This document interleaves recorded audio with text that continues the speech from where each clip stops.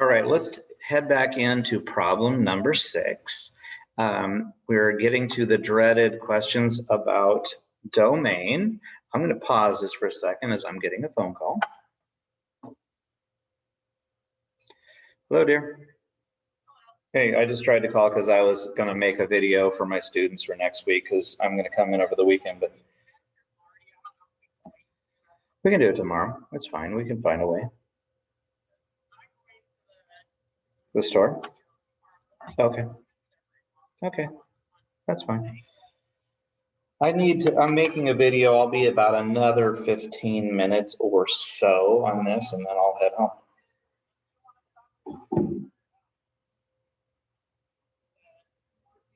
Sure, I can do that. Whatever you want me to do.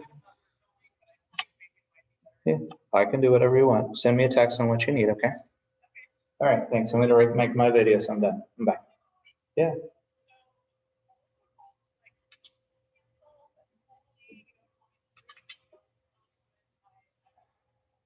I guess we could. I guess so. Yeah, we can. I'm here. Yes, yes. I'm here.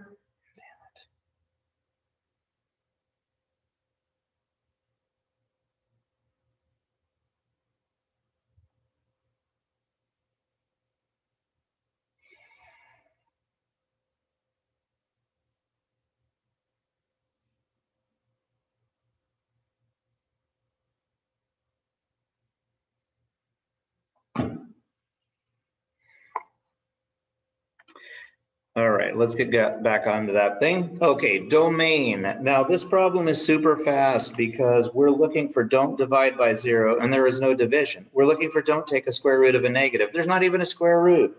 So any type of problem like that is going to have a domain that is simply all reals. I can do anything that I want to without problem. Now, this one right here, again, it's asking about domain. So I'm just going to look at the denominator because if I factor and think of two numbers whose product is -12 that add up to -1, that would be a -4 and a +3.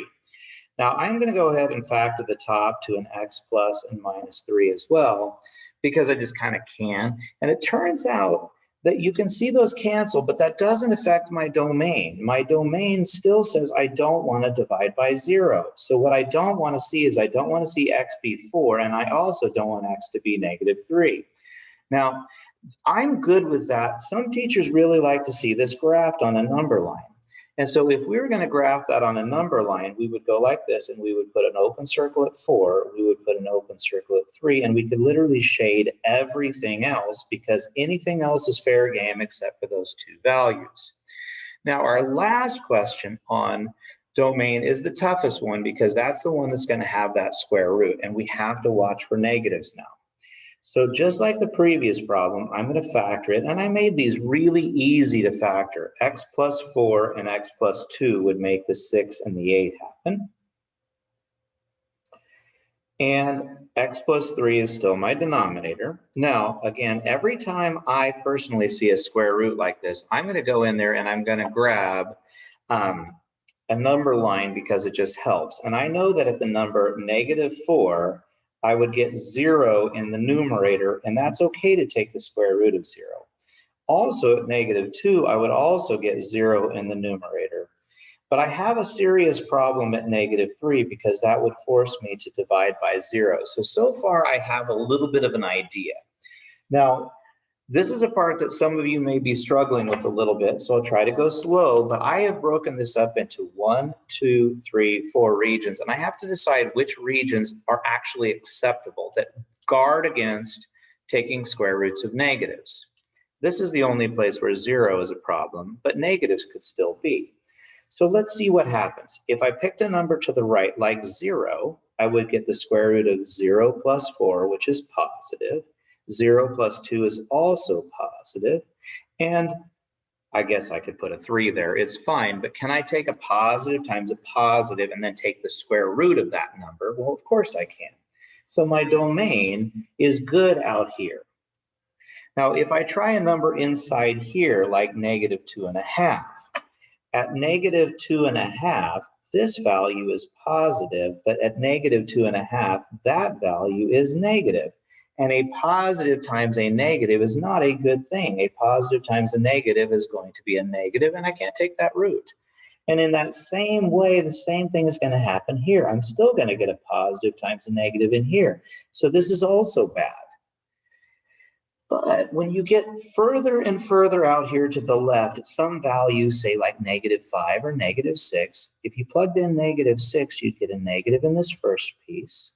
And -6 plus 2 is also negative. And a negative times a negative is a positive, and that's okay.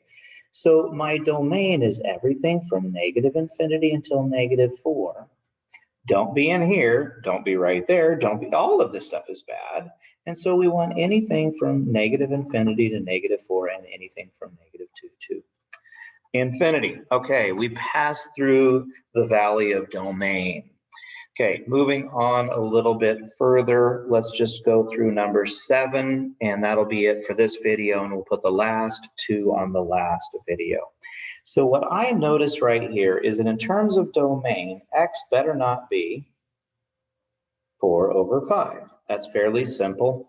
I can see it right there in the denominator. Now, as far as horizontal asymptotes, I want you to notice that the powers match.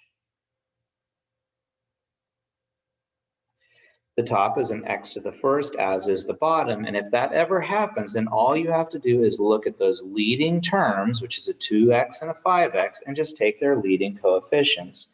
And that's going to leave me with a horizontal asymptote at 2/5. Now, the vertical asymptote, as it turns out, is really, really tied to this idea of domain. The value that would make the denominator go to 0 is when x is identically 4/5. And then in this particular case, we would have a removable discontinuity if, and only if actually, they had a matching term. And so I did not have any removable discontinuities. Now, just so we can actually look at that more thoroughly, let's go ahead and look at a quick Desmos window on this problem. So let's go ahead and pull up Desmos real quick. And I have right here the equation y equals 2x plus 6 all over 5x minus 4. And when I did my work, I thought I had a horizontal asymptote at y equals 2/5. And that appears that I, in fact, do have a horizontal asymptote there quite well. And I also said that I had a vertical asymptote at x equals 4/5. And those seem to bear out that it kind of matches the work that I came from. So again, back to our problem right here. Let's look at number 7b, and that will end this particular story. The 2 values of domain that I want to not include would be +1/2 and -1. Those would cause issues for me.